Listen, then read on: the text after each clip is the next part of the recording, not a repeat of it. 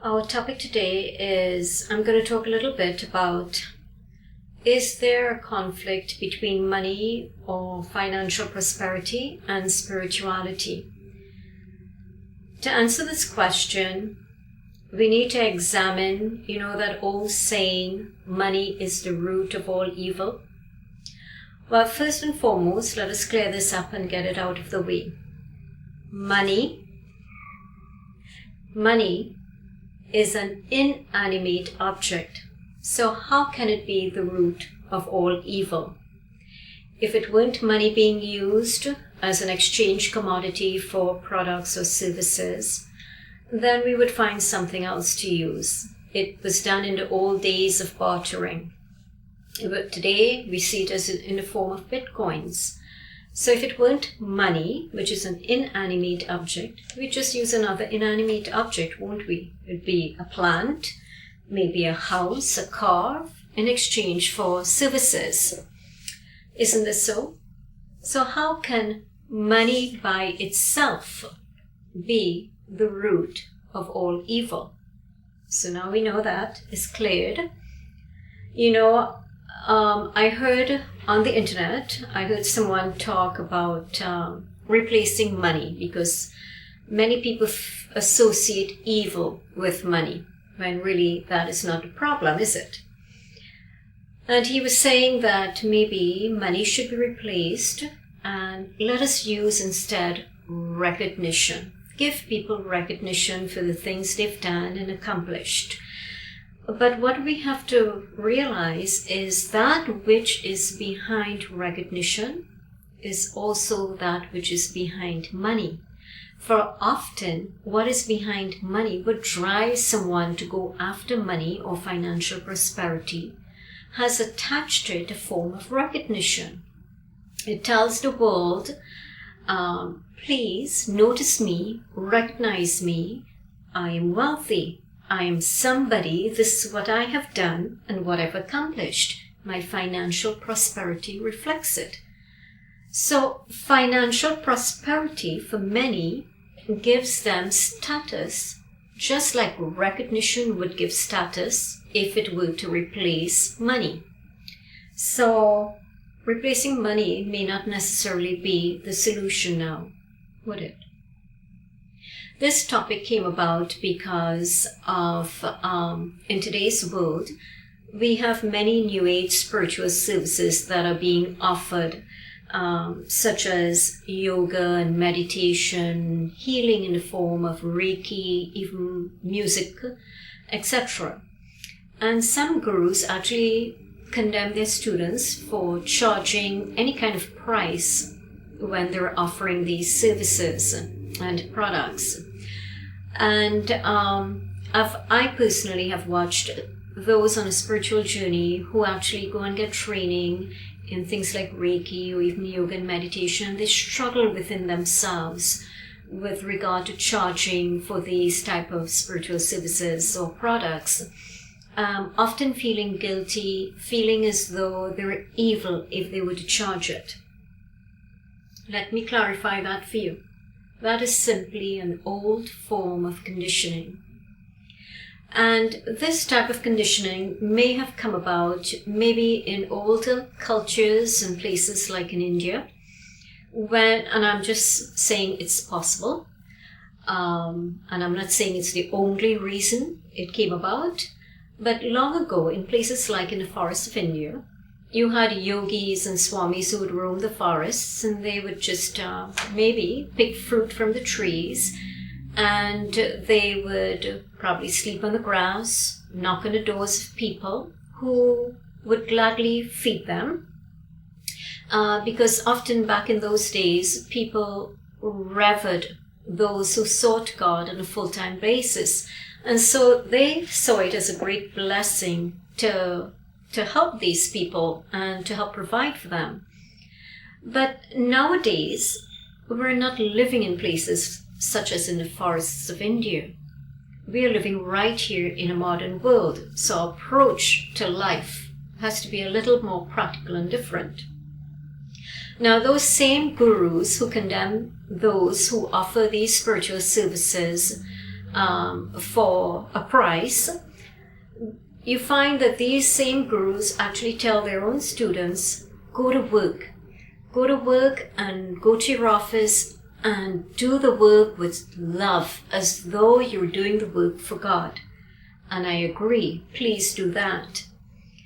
But they expect that you would go to work and do your worldly work as though you're doing it for God and you can get paid. But those who do the spiritual work for God cannot get paid. We need to examine these kind of things. Isn't there some sort of contradiction here? Isn't there something contradictory? Yes. If the one who offers spiritual services or products to actually help uplift humanity should not get paid doing godly work, then you too who go to your office to do your work, I challenge you, go to work tomorrow and go and tell your boss that, you know what, do not pay me because I'm not here to work for you, I'm here to work for God. Doesn't that make sense then? So what I want to bring to your attention, getting paid is not really the problem now, is it? We actually have to look at, be realistic and look at time, place, and circumstance and start getting rid of all these type of old conditioned way of thinking, all the old conditioning that has been ingrained in us. Yes, I agree. All work, when we do it, we must work as though we're working for God, whatever you perceive God to be. And if you're earning, what I do advise though, if you're actually earning a living by offering on a full-time basis or even on a part-time basis spiritual services and you are charging for it, just be reasonable and be flexible so that if someone wants to enjoy your service or gain some benefit from it because it's to help uplift humanity, but they cannot afford it, then try and be a little bit flexible and see what you can work out to help that individual. We all have to work and we all have to live in this modern world. So why not go out and do that which you enjoy, that which resonates with you, even if it means doing things like spiritual work. And you may love doing these type of work. So what is wrong in doing that and simultaneously earning a living from it, if that is the outcome of doing it? It may not be the driving force to become a multimillionaire over it, but your driving force is doing that which resonates with you, that which feels natural to happen, and that which you love doing. In this part of the world nowadays, we have yogis who travel and go all over the world just to help you in meditation. And without a price being charged for this type of work, it would be impossible nowadays for them to come to wherever you are and offer that service to you. They would not be able to rent a hall. They would not be able to travel. They would not be able to maintain ashrams. And if they don't charge a price, then what they will have to end up doing is go back to the offices and do what is considered to be worldly work. And by the way, they are still going to get paid for it. But the difference now is that and they're going to probably go there and work as though they're working for God and get paid for it. But you will lose out on receiving fully what they have to offer you. So I'd like to look at this topic now in another context. And this is a fascinating context because, some feel that poverty is the highway to heaven. And that is a funny statement, actually. A poor man can be just as lost as a rich man, because nowadays even a poor man can create an identity with his own poverty, believing that he is greater than a rich man because he's poor, And why does he feel he's greater than the rich man? Because maybe some scriptures told him that if he's poor, it's likely he can get into heaven easier than the rich man. So the poor man creates some identity now with his poverty. In the same way, a rich man can also create an identity with his riches, believing that he's better than the poor man because of his material wealth. Guess what? Neither of them can get to heaven. They are already living in hell with such thoughts now, aren't they? So, money and financial prosperity are not the problems. You just have to look at the motive, the intention behind what you're doing. Are you running greedily and madly after what you're doing with the ultimate purpose to accomplish financial prosperity and abundance or wealth? If that's the case, then you need to look closely at yourself. You see, financial and material prosperity,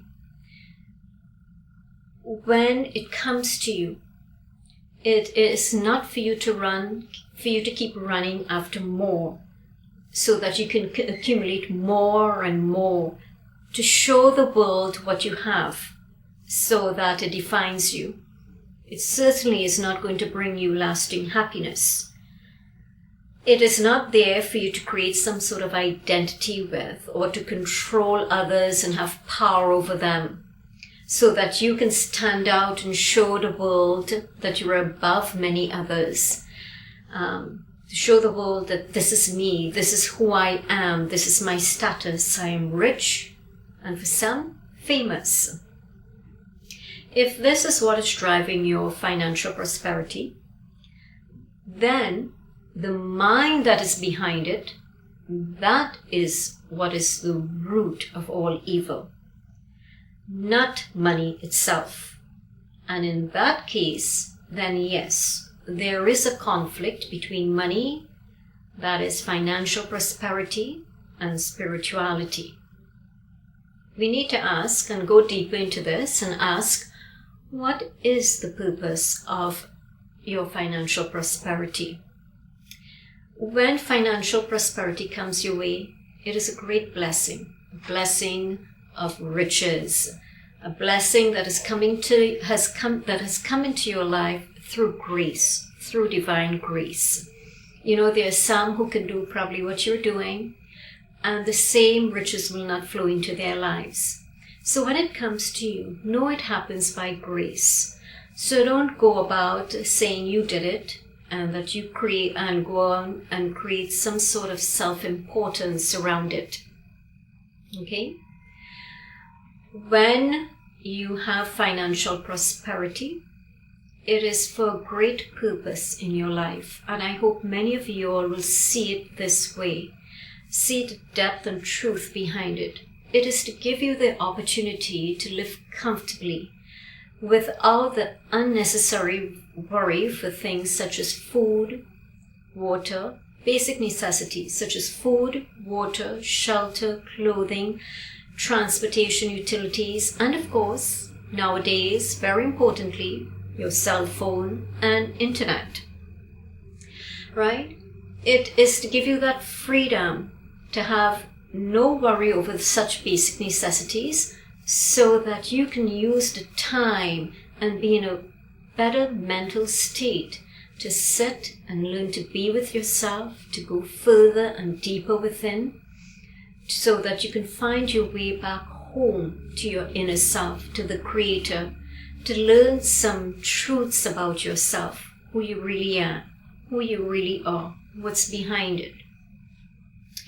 And normally when this type of investigation starts, you would find that in the process, you would also be naturally moved inwardly to reach out now and use that financial prosperity, not just for your basic necessities, but also to reach out and help your family, friends, people in the community, your universal brothers and sisters, your universal family who may need some sort of help with financial relief, and you may reach out and maybe pick up on a cause, take care of the environment, or something of such nature, take care of animals, etc. When money or financial prosperity is used in these ways, then there can be no conflict between financial prosperity, money, and spirituality. So I pray and trust that you live a prosperous life and a peaceful and joyful one.